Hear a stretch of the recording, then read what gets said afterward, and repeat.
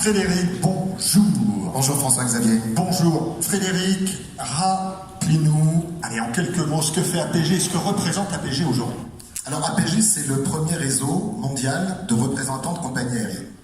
Nous sommes présents dans 176 pays, le réseau est composé de 112 membres et nous avons même notre propre compagnie aérienne régulière. C'est la plus petite compagnie aérienne du monde, s'appelle APG Airlines.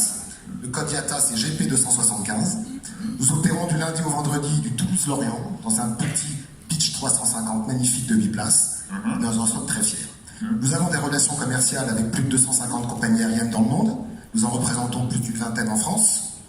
Et je dirais que notre spécificité première, c'est de commercialiser, distribuer, représenter des compagnies aériennes dans le monde, dans des marchés qu'on pourrait qualifier de marginaux, dans lesquels nous assurons des revenus que peut-être ces compagnies n'ont pas forcément identifiés. Et j'ajouterais que nous pouvons réaliser cette activité uniquement grâce à notre réseau mondial, qui est la valeur ajoutée d'APG. C'est la principale artère de notre organisation. Alors justement, vous parlez d'un réseau mondial. Quelle serait pour vous la principale caractéristique de ce réseau mondial? D'abord, c'est une aventure humaine extraordinaire. Elle dure depuis plus de 30 ans. Je dirais que c'est la partie la plus attrayante, la plus sexy, la plus glamour d'APG et son réseau.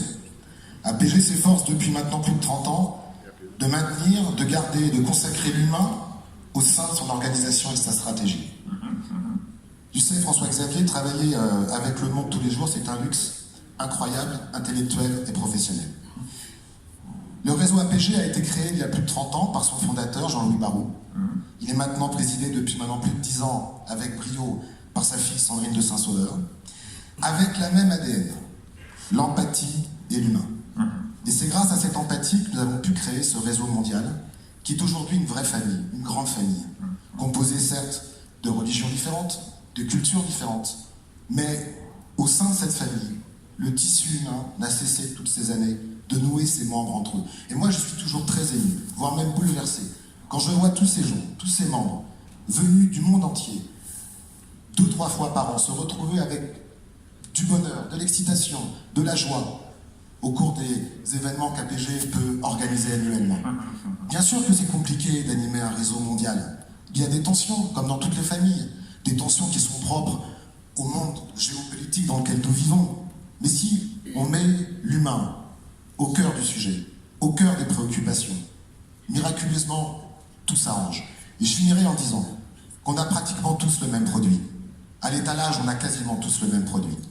Mais lors du choix, quand l'heure du choix arrive, la différence, elle se fait sur la relation, sur l'humain, sur l'empathie et sur l'écoute.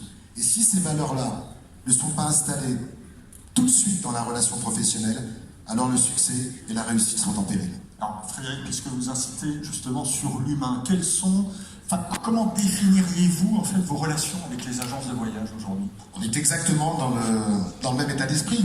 On est très proche du circuit de distribution. C'est la relation.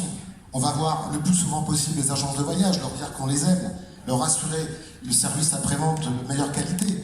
Si aujourd'hui APG contourne ou se détourne du circuit de distribution, c'est une énorme bêtise et une erreur fatale. Et je conclurai qu'à l'heure où les réseaux sociaux sont présents, l'intelligence artificielle, le digital, le numérique, la robotique, incontournables, mais qui isolent et détournent la nature humaine de ce qu'elle est vraiment, moi je suis persuadé, convaincu, que pour avoir une bonne relation professionnelle, il y a une seule chose, l'humain, l'humain et encore l'humain. Un grand merci Frédéric, merci à vous.